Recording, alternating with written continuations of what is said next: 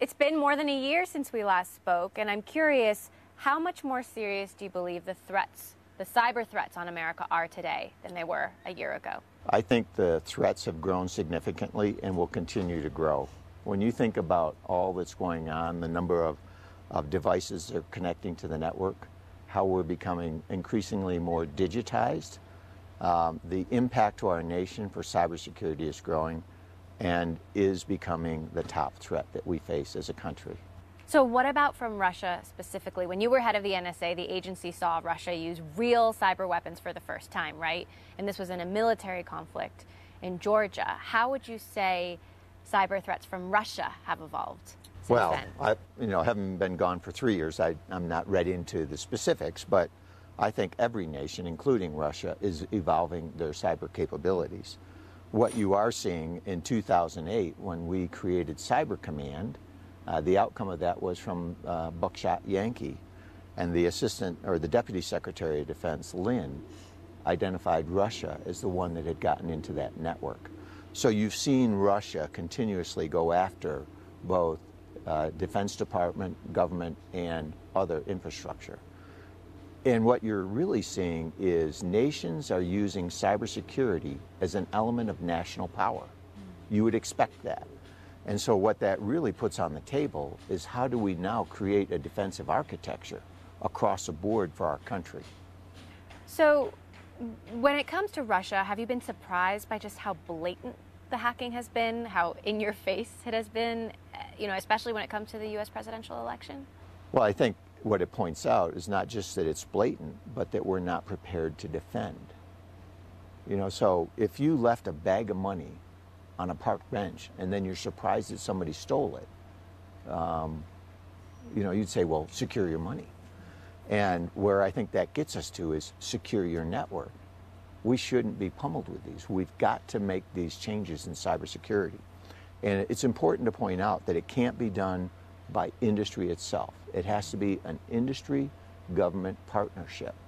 And I think, I think this is an area that the Trump administration has taken on. And I think it's important that government and industry work together for a defensive architecture that can block these kinds of things in the future. So actually, whether they're blatant or not, we shouldn't be faced with them. We shouldn't have people that are losing intellectual property to low-profile hackers and things like we're seeing. So what's your impression of whether or not the Trump administration is really taking these threats seriously enough? I think on cybersecurity, I've met twice with the president. Both meetings have been great on cybersecurity. He's asked all the right questions. He's pointed to his administration officials to help. And his comment to industry and to the government, what do you need from me? Exactly what we'd want him to do. So I think he takes it serious. He understands the threat. He's got Tom Bossert as a lead. He's amazing, and Rob Joyce. And I think what they're doing is trying to put this in the right place. So I am optimistic that the government will move forward. I think we in industry, we need that. There's so much you can do as a cybersecurity company, but for sectors in the nation, it takes the government to weigh in. I think we can get there. Think of it as an air defense network over our country. If we had everybody defending each state with their own air defense system or each company with their own air defense system, that wouldn't be a viable defensive infrastructure. Mm-hmm. And that's what we're trying to do in cybersecurity. So we have to change that. So we understand you've been advising the administration. What kind of advice are you giving them? What kind of advice have you given to President Trump? Great advice. It's always been great. Mike, just along those lines. It's been, we have to work together. I think the interesting part is my experience in the financial sector and in the energy sector. They're willing to pay and do what it takes to get them secure to where they can. Great, across the board. CEOs and CISOs have been great to work with. Their cybersecurity team in industry, in the financial sector, energy sector, are weighing in and I think doing great work. Mm-hmm. And so the missing link is when they're being attacked, who do you call? You dial 911, there's no answer to stop the attack as it's ongoing. We have incident response, but we don't have a way to block the attack. So now if you jump forward to the election and the elections are being attacked, who do you call? And the answer is it's always after the fact. Well, you need to have a way of defending it at network speed.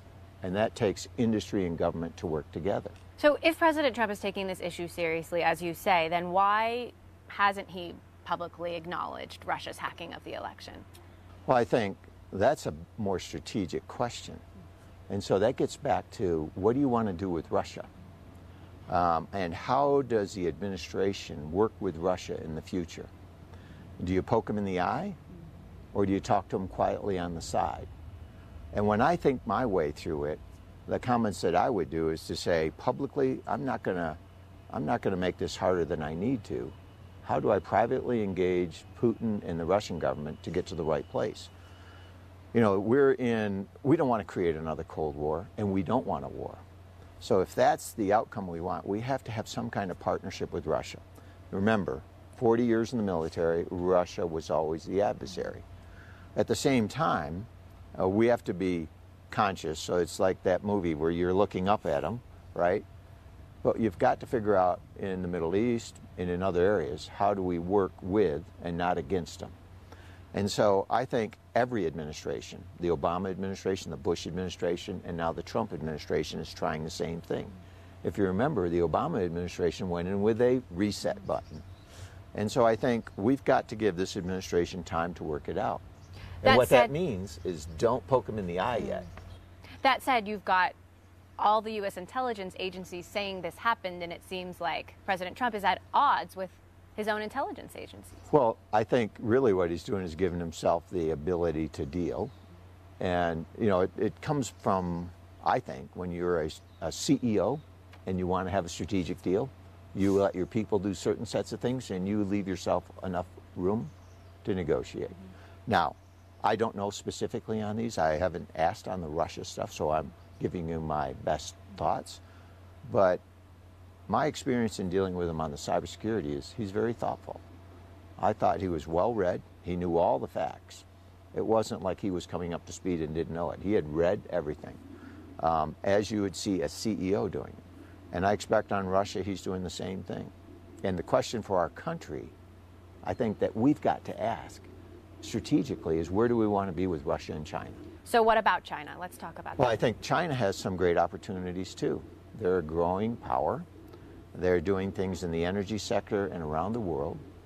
I have said publicly that the greatest transfer of wealth has been their theft of intellectual property. How do we now set this right?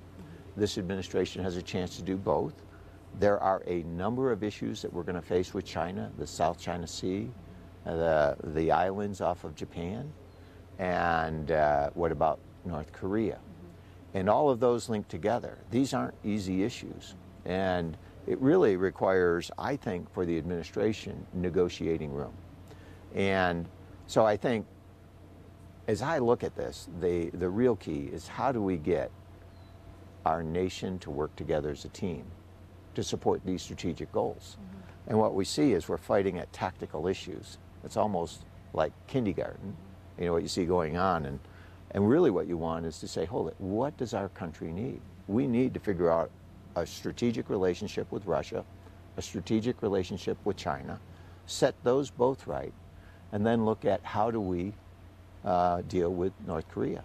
And I think Secretary Gates' article last week was really good on that. So those are the really big issues. And then you have in the middle cyber and terrorism. And it's really interesting to see how this is playing out. And oh, by the way, you know, Trump was elected to change and to upset Washington. Well, that's happening. So how concerned are you about the special investigation and about concerns about potential collusion between the campaign and Russia? Well, from what, you know, I'm not that concerned. Here's why. One, I know Bob Mueller. He is a great person. He will call it like it is. I think, you know, what we're seeing is people sensationalizing and inflaming. And what we really need to do is step back, let Bob Mueller do his job. I think, you know, what you'll find is there were meetings, and yep, all the things that have already been exposed. I think most of those have been meetings that others have had as well. But I'm not worried about that. I think that's where, let Mueller do his job. He's a good person. I think the greatest integrity of any government official I've talked to. So he'll do it right. And I think at the same time, let's step back and say, what should we be doing? You know, this investigation will take several months. Mm-hmm. Is there other things our country should be doing, or should we all stop? And the answer is, wow, we have Syria. We have all these issues going on. Let's go solve some of those. Now, when it comes to the cybersecurity technology that you're developing at IronNet, I'm curious how that benefits from, you know, what you learned at the NSA and how much that technology really draws on, you know, what you learned in the government versus, you know, integrating with the private sector. Well, I think one of the things that we learned in government is that it takes a team to defend. And we actually use that as well. What we didn't have is the tools to actually build a team to work together. So one of the things that we set out is, well, if nobody else will build them, let's go build those tools. Let's create the tools. And we've done a couple patents. We've actually provided those patents ahead of time to NSA so they could see this is original work, not stuff that was created in government. I think that's important. Mm-hmm. And now this is where you start to think about how do we integrate sectors and the nation to work together. Other companies are going to be in there as well. I'd like IronNet to be in the lead, but I'm sure others will be engaged in this as well. So bottom line, if you were to look at how do you defend a bank from thieves, my experience is, okay, I know how to defend from cyber, and it's by working things together. And so there's no magic tools. It's really, if you think about how you defend your house, you're in a neighborhood watch program. If you were the only one and everybody else was saying, geez, I hope Emily's house doesn't get hit with this. No, you want a neighborhood watch program. And we need a neighborhood watch program for cyber. And that's a philosophy that is free. Everybody talks about it, and we're going to try to make that real.